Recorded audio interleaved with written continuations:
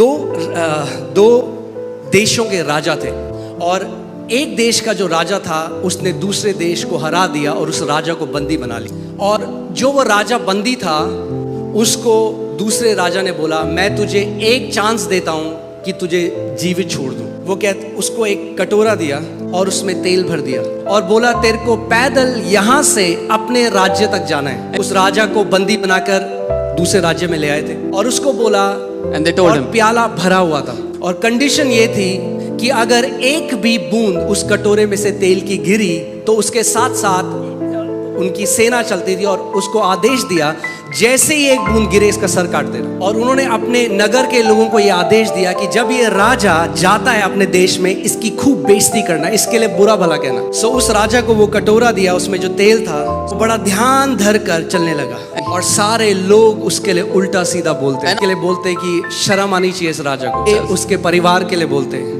गलत बातें, गंदी बातें उसके लिए, अगर वो बड़े ध्यान धर कर चलता रहा, कदम दूसरा कदम करते करते उसको पूरा एक दिन लगा, मगर वो अपने राज्य में पहुंच गया बिना एक बूंद गिराए। तो उसको वापस राजा के पास लाया गया। तो राजा ने उसको बोला था कि अगर एक भी बूंद नहीं गिरेगी तो उसको आजाद कर देगा, वापस उसका राज्य दे देगा। तो राजा ने उससे पूछा, सो द किंग आस्क्ड, कि तुझे इतना लोग बोल रहे थे, गंदी बातें, तेरी निंदा कर रहे थे, तूने क्यों नहीं रिएक्ट किया? उसने कहा, मैंने तो सुना ही नहीं, क्योंकि मेरा ध्यान इतना ज्यादा उस कटोरे में था कि मुझे सुनाई भी नहीं दिया कि कोई मेरे बारे में क्या कह रहा है। छोटी छोटी बातों में मत लड़ने जाओ हर किसी से। लोग आपके बारे में बोलते हैं, क्या अफवाहें फैलाते हैं, आप चुप रहो। You stay quiet. परमेश्वर को आपका जवाब देने दो। जब आप लड़ोगे परमेश्वर चुप रहेगा। Then God will be quiet. जब आप चुप रहोगे, when you will be quiet, तो परमेश्वर लड़ेगा। then God will fight on your behalf. वो कहता है, युद्ध तेरा नहीं है। He says the battle doesn't belong to you. युद्ध यहोवा का है। The battle belongs to the Lord. बहुत सारे मसीह केवल ये जानते हैं कि परमेश्वर से भीख कैसे मांगनी है, ये नहीं जानते कि उसके साथ मिलकर काम कैसे करना है। Many believers know how to beg God, but they don't understand how to work with God. परमेश्वर ने भिखारियों को जन्म नहीं दिया। God has not given birth to beggars. पुत्रों को जन्म दिया है। He has birthed sons. अपनी संतानों को जन्म दिया है। He has given birth to his own children. और कोई भी ऐसा व्यक्ति नहीं है जो चाहता है कि उसकी संतान उससे भीख मांगे। And no person wants that their children should beg from them. Amen. तो परमेश्वर भी नहीं चाहता आप उससे भीख मांगे। So neither does God desire that you would beg from him. परमेश्वर चाहता है कि आप सीखें कि उसके साथ मिलके उस पार्टनरशिप में आप कैसे कार्य कर सकते हैं। God wants you to learn how you can partner with him and work with him. Amen.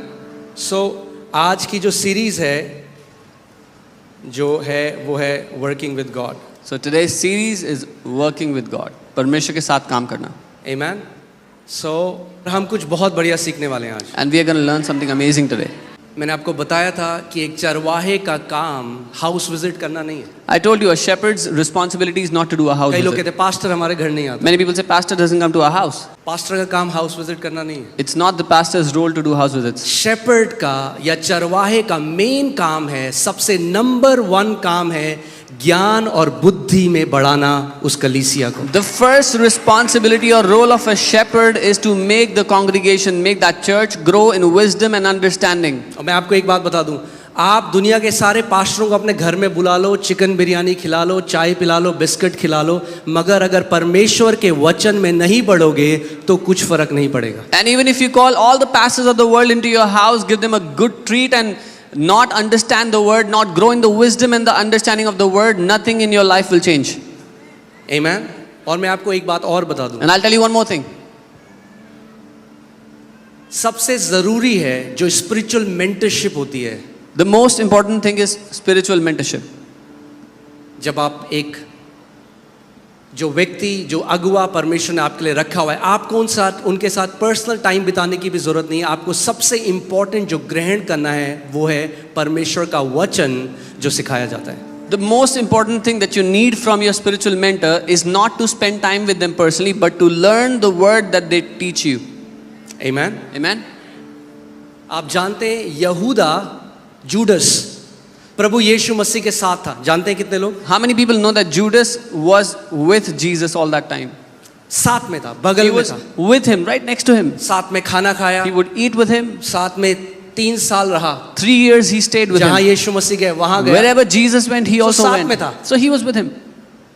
और तब भी यीशु मसीह को बेच दिया। And even then he sold Jesus off. और पौलुस And कभी Paul. यीशु मसीह को नहीं देखा, Apostle Paul never saw Jesus, मगर उसने उस प्रकाशन को ग्रहण किया but जो he परमेश्वर से received आता the revelation that came from God. है। और one of the greatest apostle बन गया, और वो सबसे महान, one of the greatest apostles he became. जिसने कभी यीशु के साथ फिजिकली नहीं चला फिरा, The one who never walked physically with Jesus, मगर उसने वचन को ग्रहण किया। but he received the word that came from him.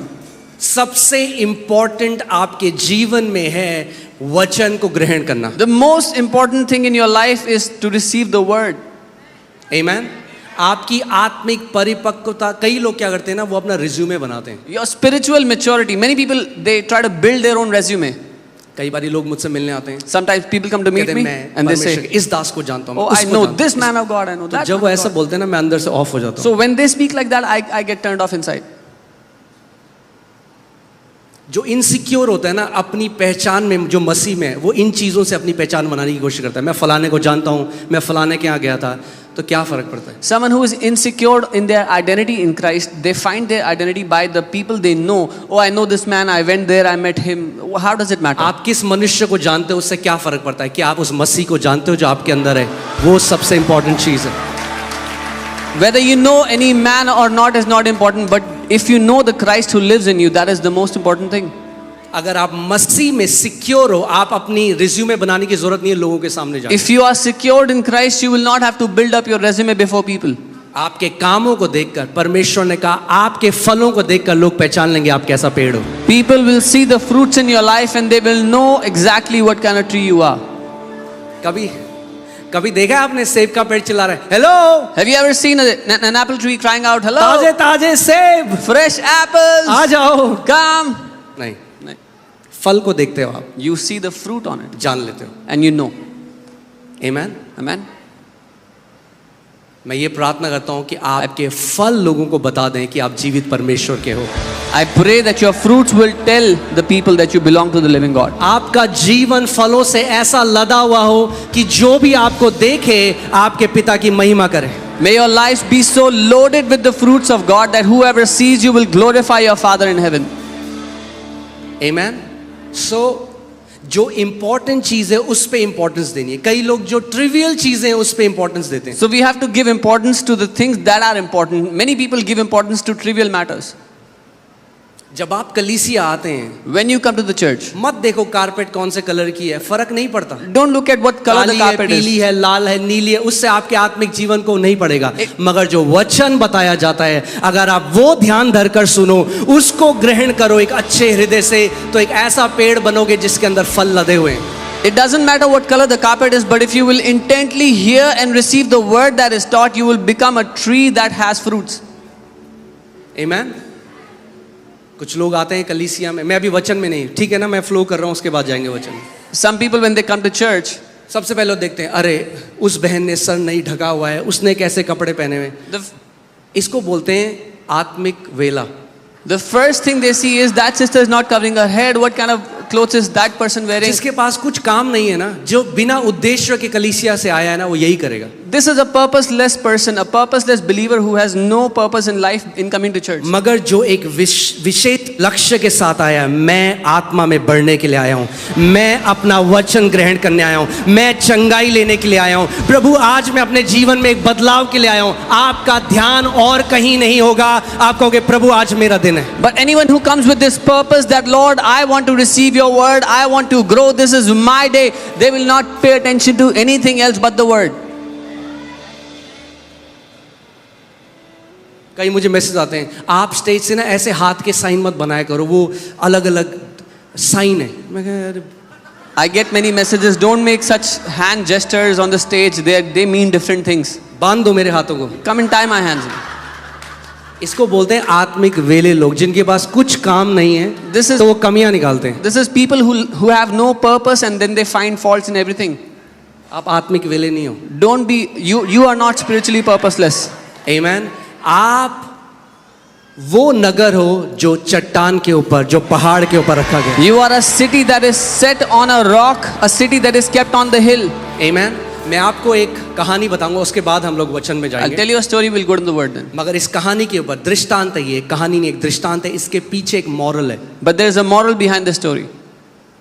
एक सीख है। There's a lesson. दो देशों के राजा थे, There were two kings of different kingdoms. और एक देश का जो राजा था उसने दूसरे देश को हरा दिया और उस राजा को बंदी बना लिया। The king of the first kingdom defeated the second kingdom's king and he made him and he tied him up. और जो वो राजा बंदी था Now the king who had lost, who was tied up, उसको दूसरे राजा ने बोला, मैं तुझे एक चांस देता हूं कि तुझे जीवित छोड़ दूं। the victorious king said, I'll give you an opportunity that I'll leave you alive. वो उसको एक कटोरा दिया He gave him a bowl और उसमें तेल भर दिया and he filled it with oil. और बोला, तेरे को पैदल यहां से अपने राज्य तक जाना है। And he said, you have to walk from here right to your kingdom. उस राजा को बंदी बनाकर दूसरे राज्य में ले आए थे They had made him a prisoner, they brought him into his kingdom और उसको बोला, and they told और him. प्याला भरा हुआ था And the oil was tipped up to the brim.